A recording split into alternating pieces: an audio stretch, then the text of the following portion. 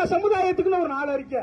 அந்த அறிக்கையில வந்து அறங்காவல்துறையில வந்து 5 பேர் ஒரு கோயிலுக்கு போடுவாங்க.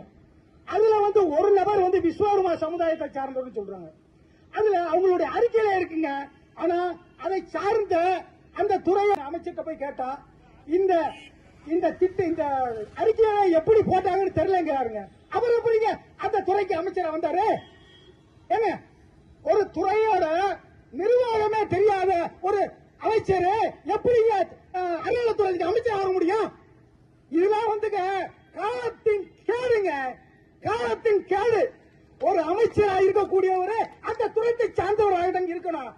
அப்படி எனக்கு இந்த எப்படி சொல்றாருன்னா, நாங்க போய் கேட்கிறோம், ஏங்க அறநிலையத்துறையில வந்து 5 பேருக்கு ஒரு ஆளு வந்து விஸ்வகர்மா சமுதாயத்தில் சார்ந்தவங்களை போடணும்னு சொன்னோமுங்க.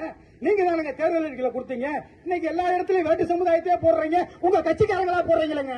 அப்படி கேட்கிறவங்க அதுக்கு என்ன சொல்றாரு? இந்த அறிக்கையை எப்படி உருவாக்குனாங்களே தெரியலங்கிறாருங்க. இல்ல அசிங்கம் இல்லையா?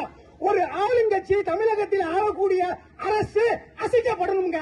அதை சொன்னதை நிறைவேற்றாதான் வருங்காலங்களில் அவரோட பலன் அவங்க எதிர்கொள்ளணும்.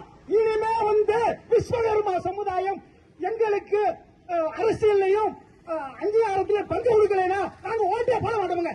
இனிமே வந்து விஸ்வகர்மா எந்த இடத்திலையும் ஜெயிக்குமுங்க. அதால உண்மை.